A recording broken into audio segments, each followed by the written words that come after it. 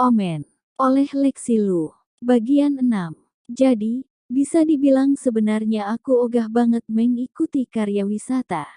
Kurang ajarnya, aku tetap ditagih duit karya wisata, dan tukang pala berani mati yang melakukannya adalah Daniel. Ya, betul, anak tengil itu adalah wakil ketua kelas kami. Aneh. Tidak juga.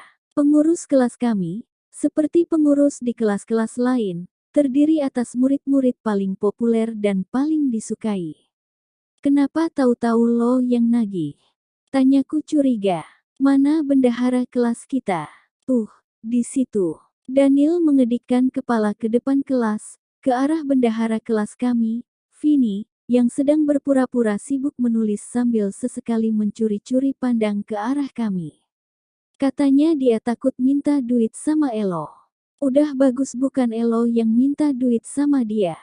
Aku memelototi si bendahara kelas, yang semakin menunduk sambil menulis dengan kecepatan super. Oke, tak ada yang bisa menulis secepat itu.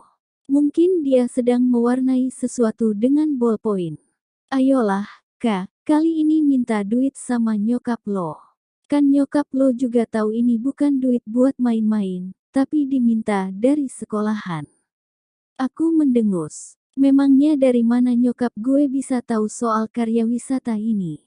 Kan pasti nyokap lo kasih duit ke Eliza juga. Enggak, Eliza bayar pakai duit tabungan sendiri kok. Gile, memang manis banget tuh cewek. Pantes nyokap lo sayang banget. Kata-kata Daniel terputus saat melihat wajahku yang gelap banget. Dia menelan ludah, lalu bertanya takut-takut, mau gue yang bayarin aja. Aku menggeram, dan Daniel buru-buru ngacir. Yah, sebenarnya cowok itu lucu juga, asal tidak sedang narsis saja. Setidaknya, meski dia berasal dari keluarga kaya, dia tidak sesumbaran soal itu. Beda dengan anak lain yang tidak jelas kaya atau tidak, tapi hobi banget pamer, alias si Anus. Baru saja aku berpikir begitu, muka Daniel nongol di atas bahuku. Karena udah gue bayarin, lo kudu ikutan, iya. Gue ogah bayarin sesuatu secara sia-sia. Oh, cowok itu berteriak kaget saat aku mengeplak mukanya dengan buku. Sambil mengusap-usap hidungnya yang besar, dia menggerutu, begini ya, cara lo berterima kasih. Bukan, ini cara gue ngusir nyamuk, sahutku. Tapi iya, gue akan berterima kasih deh. Caranya, tanya Daniel penuh semangat. Yah, dengan ikut karya wisata itu, bego.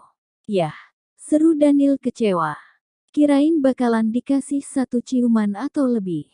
Mau. Aku mengepalkan tinjuku. Tapi dicium pakai ini. Gak deh. Kasihan muka gue yang ganteng ini. Apa aku bilang? Dia memang narsis banget. Intinya, karena itulah aku bertengger di jok belakang ninja si ojek di malam minggu begini, bukan karena aku kepingin bermalam minggu dengan si ojek lo. Apalagi, cowok yang bersangkutan juga kelihatan curiga banget. Cih, memangnya aku mau menghabiskan waktu dengan cowok yang insecure begini? Kali ini bukan karena kamu bakalan ketemuan dengan seorang cowok, kan? Bukan. Baru saja si ojek menghela napas dengan gaya lebay banget, aku buru-buru menambahkan, gue bakalan ketemuan sama banyak cowok. Si ojek melotot dan aku langsung nyengir puas. Relaks, pal. Aku menepuk bahunya. Ini acara karya wisata sekolah kok. Berhubung ada banyak cowok di sekolah gue, mau nggak mau gue bakalan ketemu sama mereka, ngerti? Omong-omong, kok lo cranky banget? Jelas, ya. Si ojek makin melotot saja. Buset, ternyata matanya bisa lebih gede lagi daripada biasanya, padahal biasanya pun sudah mirip kelereng. Siapa yang jeles sama anak kecil dan tengil kayak kamu? Aku langsung cemberut. Aku cuma khawatir cowok-cowok ngambil kesempatan, sementara kamu polos banget dan gak punya pengalaman, tambahnya. Aku ternganga sejenak. Hei, yang bener aja. Gue, polos. Apa otak lo lagi nggak beres? Yah, Kamu memang masih polos, walaupun tampangmu rada mirip cewek bejat. Aku berkacak pinggang, lalu buru-buru menurunkan tanganku saat menyadari gayaku mirip ksatria baja hitam dengan kepala mengenakan helm coreng-moreng jelek yang kupinjam dari si ojek. Gue nggak mirip cewek bejat. Dikatain polos marah. Dikatain bejat juga marah. Oke, yang paling tepat, kamu itu cewek sulit. Sambil berkata begitu, si ojek mendorong kepalaku perlahan dengan satu jarinya. Aneh. Kenapa aku jadi deg-degan? Ini kan si ojek, cowok masam dan tua, kayak om-om pemarah yang menopause sebelum waktunya. Tunggu dulu. Yang bisa menopausekan cuma cewek. Yah, pokoknya kalian mengerti deh maksudku. Intinya, cowok ini jauh lebih suka marah dibanding manusia-manusia pada umumnya. Jadi, tak pantas aku deg-degan menghadapi tingkahnya yang sok perhatian itu. Tapi jantungku tak mau disuruh menurut. Apalagi tahu-tahu si ojek berkata, "Ya udah, ayo buruan naik." Jam berapa acaranya dimulai? Jam 7, sahutku sambil menempatkan diri di belakangnya. Tidak terlalu dekat, supaya jantungku tidak semakin menggila. Tempatnya di mana? Senayan. Apa? Si ojek berteriak kaget. Jauh bener. Yah, namanya juga karya wisata, sahutku santai. Tapi waktunya tinggal setengah jam. Tapi Elo sanggupkan sampai di sana tepat waktu. Mendengar nada mengejek dalam suaraku, dia menyahut dengan rahang mengeras tanda dia sedang sebal banget, tentu aja bisa. Pegang erat-erat, ya. Aku menggigit bibir untuk menahan jeritan saat motor itu langsung meluncur dengan kecepatan tinggi. Namun dalam beberapa detik, rasa kagetku berubah menjadi rasa senang luar biasa akibat adrenalin yang mengalir deras dalam darahku. Keahlian si ojek dalam menghindari berbagai kendaraan membuat kami bagaikan terbang di atas jalanan luar kota menuju Jakarta. Tanpa disadari, tahu-tahu saja kami sudah memasuki kota Jakarta. Yah, perumahan kami memang tidak terlalu jauh dari ibu kota negara, tapi tetap saja berada di luar kota. Pemandangannya pun jauh berbeda. Perumahan kami begitu tenang dan damai, sementara Jakarta tampak megah dengan gedung-gedung tinggi, lampu-lampu jalan, dan papan-papan iklan raksasa. Berbagai macam kendaraan yang tak terhitung jumlahnya berderet-deret, memenuhi jalan dengan lampu berwarna-warni yang terlihat meriah. Singkat kata, Jakarta memang menakjubkan. Seperti yang dijanjikan si ojek, kami tiba di Hotel Hadiputra Grandeur Senayan tepat pada waktunya. Itu bus sekolah kamu, kata si ojek saat aku melepas helmku. Lalu, tanyaku cuek. Kok kamu tadi nggak naik bus sekolah aja? Nggak mau ah, culun. Jawaban itu, entah kenapa, membuat si ojek tersenyum. Kalau gitu, aku akan tunggu di sini sampai kamu pulang. Serius? Tanyaku kaget. Mungkin malam sekali loh. Nggak apa-apa. Ada banyak hiburan di sekitar sini kok. Aku menatapnya dengan sorot mata curiga. Ternyata lo sukanya sama cewek-cewek Jakarta, ya. Cewek-cewek Jakarta lumayan, katanya tanpa malu-malu, tapi aku lebih suka yang dekat-dekat aja. Maksud lo, yang sesama tukang ojek juga. Muka si ojek berubah masam lagi. Ya ampun, apa dia tidak capek memasang wajah seperti itu melulu?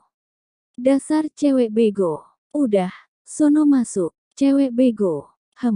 Dia belum tahu soal daya ingat fotografis yang membuatku pantas disebut jenius.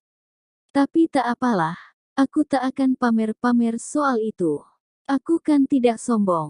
Sampai nanti, Jack. Iya, Neil. Pertunjukan yang akan kami saksikan diadakan di aula besar yang terletak di samping hotel, jadi aku langsung menuju ke sana dan menyerahkan tiket. Cewek penjaga pintu yang mengenakan kostum serba hitam dan berkesan misterius berkata, "Mbak, tolong tuliskan nama dan alamat Anda di potongan tiket yang akan diserahkan ini. Soalnya nanti akan ada door prize." Nama? Tanyaku heran. Bukannya biasanya door prize pakai nomor?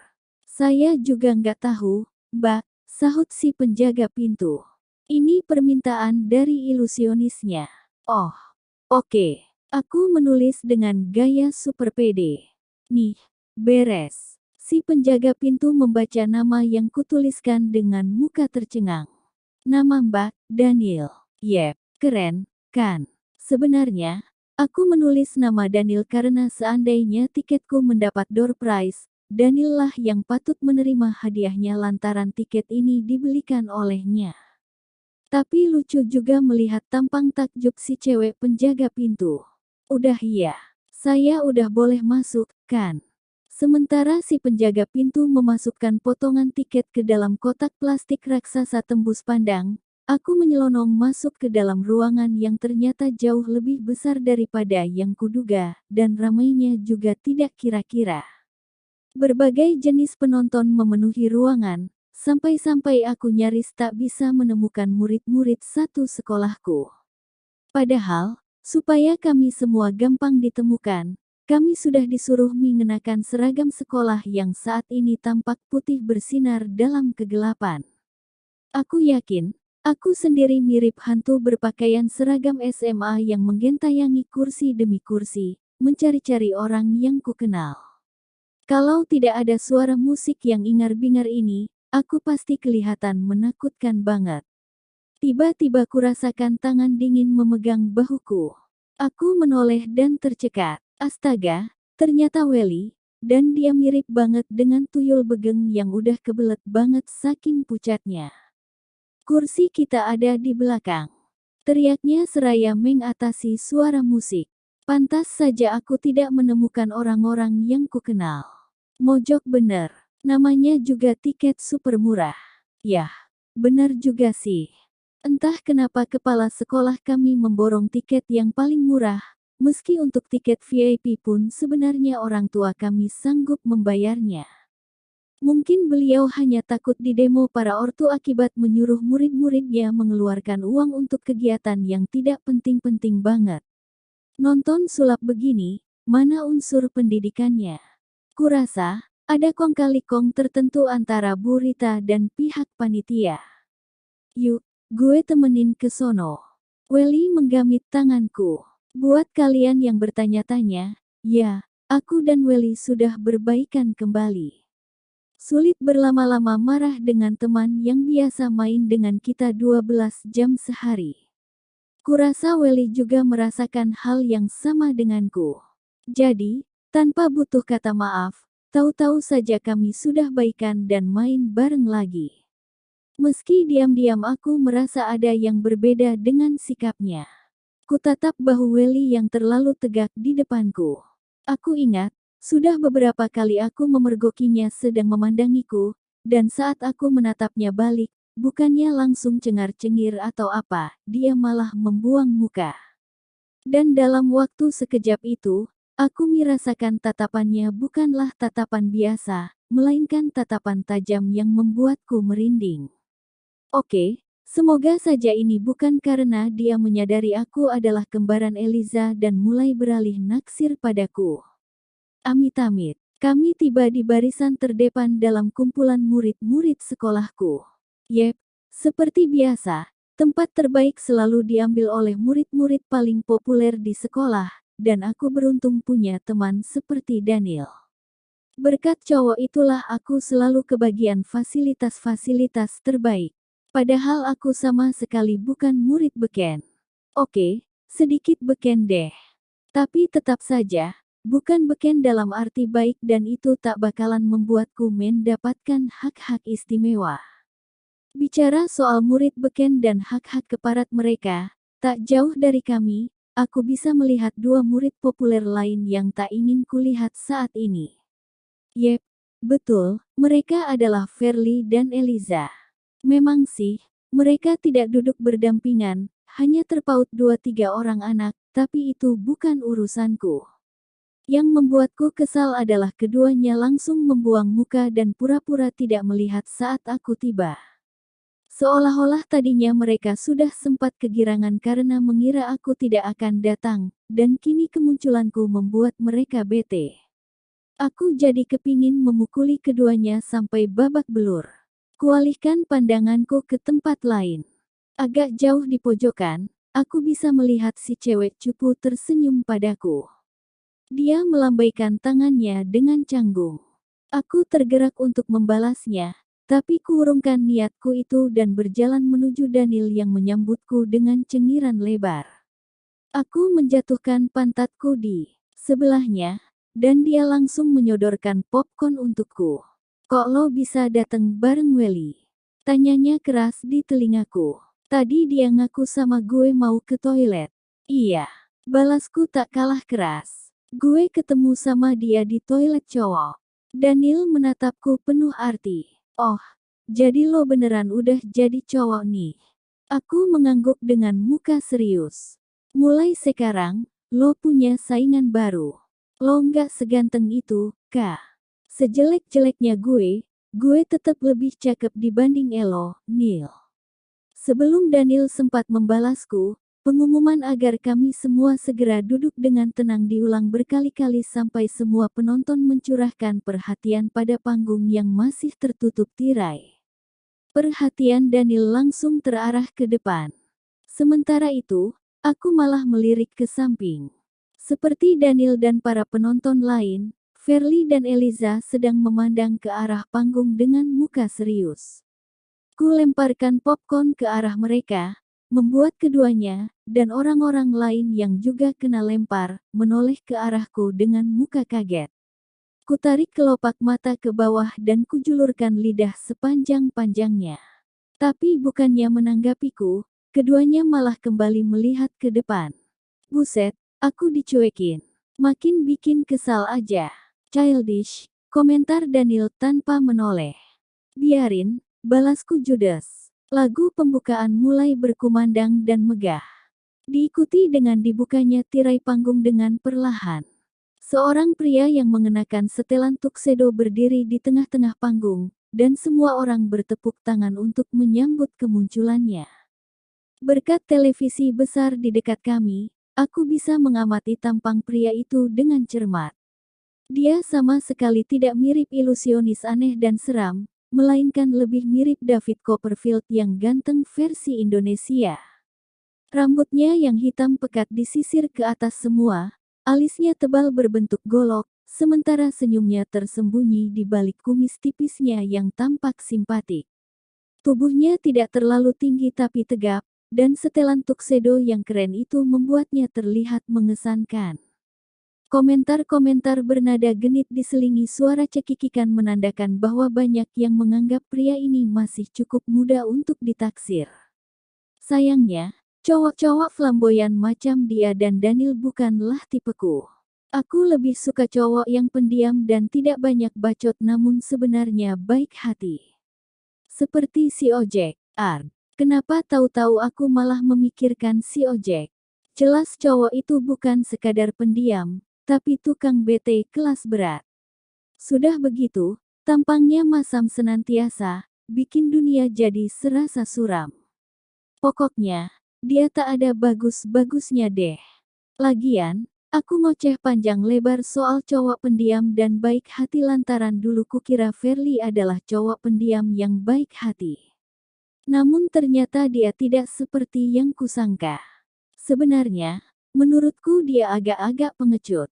Mana dia sudah tidak memedulikanku pula. Jadi aku pun tak akan memedulikan dia lagi. Aku tak akan memikirkannya lagi. Bukan berarti aku harus mulai memikirkan si ojek sialan. Suara si ilusionis terdengar dalam dan menyejukkan saat dia berkata, "Selamat malam, para penonton yang terhormat. Pada malam ini kalian akan ditemani oleh saya, Alvin Alfonso, dengan ilusi-ilusi luar biasa yang akan mengagetkan Anda sekalian dan menghantui mimpi-mimpi Anda sampai berhari-hari setelah ini." Oke, kata-kata ini mungkin terdengar lebay, tapi kalian tidak berada di sini sih. Ilusionis itu benar-benar hebat. Matanya yang gelap menyapu kami semua, sementara cara bicaranya memberi kesan misterius yang membuat kami semua merinding. Tanpa melihat pun, aku sudah tahu bahwa setiap pasang mata di sini tertuju padanya. Bahkan aku pun mulai melupakan kekesalanku pada Verly dan Eliza, serta memusatkan perhatian padanya. Dalam setiap acara yang saya bawakan, saya akan meminta beberapa orang dari penonton untuk membantu saya, sekaligus untuk meyakinkan bahwa tidak ada trik khusus dalam ilusi-ilusi saya. Padahal, bisikku pada Daniel, penonton yang dia pilih pasti orang-orang yang dia bayar untuk membohongi kita-kita ini. Buset, satu lagi orang yang nyuekin aku. Daniel malah sepertinya tidak mendengarku sama sekali lantaran terlalu terpesona pada si ilusionis. Dan untuk meyakinkan kalian semua bahwa penonton yang saya pilih adalah penonton acak, kata si ilusionis sambil mengedipkan mata, anehnya. Aku merasa kedipan itu ditujukan padaku, saya akan mengambil namanya dari dalam benda ini. Seorang cewek berkostum serba hitam mendorong kotak plastik raksasa tembus pandang tempat para penjaga pintu memasukkan potongan karcis masuk tadi. Jadi, inilah alasan kenapa si ilusionis meminta kami menuliskan nama kami. Wah, andai saja aku menuliskan namaku. Siapa tahu aku bisa berada di atas panggung dan menelanjangi salah satu triknya. Kan bakalan heboh banget. Kamera akan menyorot dari dekat setiap kali saya mengambil tiket. Jadi, tak akan ada kecurangan dalam proses ini. Satu demi satu acara pun berjalan. Diawali dengan sulap-sulap klasik tipikal seperti mengeluarkan kelinci dari topi, menemukan koin dan bunga dari balik tubuh penonton yang menjadi asisten, memasukkan kertas yang sedang terbakar ke dalam kantong baju. Meski kedengarannya sederhana, ilusionis ini berhasil memikat semua orang dengan gaya, penampilan, dan pilihan katanya yang menarik. Bahkan aku pun tidak bisa melepaskan tatapanku dari panggung. Sang ilusionis sudah mendapatkan seluruh perhatian kami saat dia berkata, "Sekarang saya akan mendemonstrasikan nomor yang menjadi favorit saya, yaitu hipnotis." Tepuk tangan bergemuruh menyambut ucapannya. Untuk itu saya akan memanggil 3 orang penonton untuk membantu saya. Seperti sebelumnya, dia mulai mengaduk-aduk kotak plastik raksasa. Asisten pertama, Bapak Rizal dari Kemang. Yang mana Bapak Rizal dari Kemang? Kamera menyorot sekelompok orang yang berteriak-teriak, menunjuk-nunjuk seorang bapak-bapak berkacamata yang berdiri sambil tertawa-tawa. Nah, itu dia Pak Rizal. Tolong ikuti nona cantik yang akan menuntun Anda ke panggung. Sekarang asisten nomor 2. Siapakah orangnya? Oh, ternyata seorang wanita. Ibu Alexandra dari Tangerang. Yang mana Ibu Alexandra dari Tangerang? Kali ini kamera menyorot seorang wanita muda dengan penampilan keren. Wah, beruntung sekali kita malam ini, ditemani oleh asisten wanita yang begini menarik. Nah, Ibu Alexandra, silakan ikuti Nona yang akan menunjukkan jalan menuju panggung. Dan asisten terakhir, siapakah orangnya? Erika guru dari SMA Harapan Nusantara. Seorang siswi SMA, rupanya. Hah, Kak, dia manggil Elo tuh. Teriak Daniel sambil menyodokku kuat-kuat. Gila, hoki bener loh. Yang benar saja. Aku kan tidak memasukkan namaku ke dalam kotak itu. Kok bisa-bisanya aku dipanggil?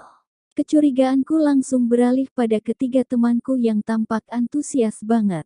Di antara Elo bertiga, ada yang masukin nama gue, ya. Bukannya nama kita pasti ada di dalam kotak plastik itu? Tanya Amir heran. Kan tadi dimintain di depan. Udahlah, Kak, jangan banyak bacot, seru Welly. Buruan maju. Pandanganku menyapu sekeliling, menatap wajah-wajah yang menampakkan berbagai perasaan. Ada yang menatap kagum, ada yang memasang tampang mengejek, ada yang bersorak-sorai memberi dukungan. Namun, dua muka yang paling close up adalah Verly dan Eliza yang tersenyum padaku dengan muka sok baik. Setelah berkali-kali nyuekin aku, Nona yang bernama Erika. Aku membalikkan tubuhku dan mendapati seorang cewek berpakaian serba hitam tersenyum padaku. Bukan cewek yang tadi menyambutku di pintu depan sih. Ayo, biar saya antarkan ke panggung. Berhubung semua orang sedang melihatku, termasuk Verly dan Eliza, tak mungkin dong aku bertingkah seperti pengecut dengan berteriak-teriak, gak mau. Gak sudi. Jadi aku menegakkan bahu, lalu mengusap rambutku dan berkata, "Oke, let's go." Saat aku menuruni tangga menuju panggung, ku dengar sorak-sorai di belakangku, dan suara ketiga temankulah yang paling keras.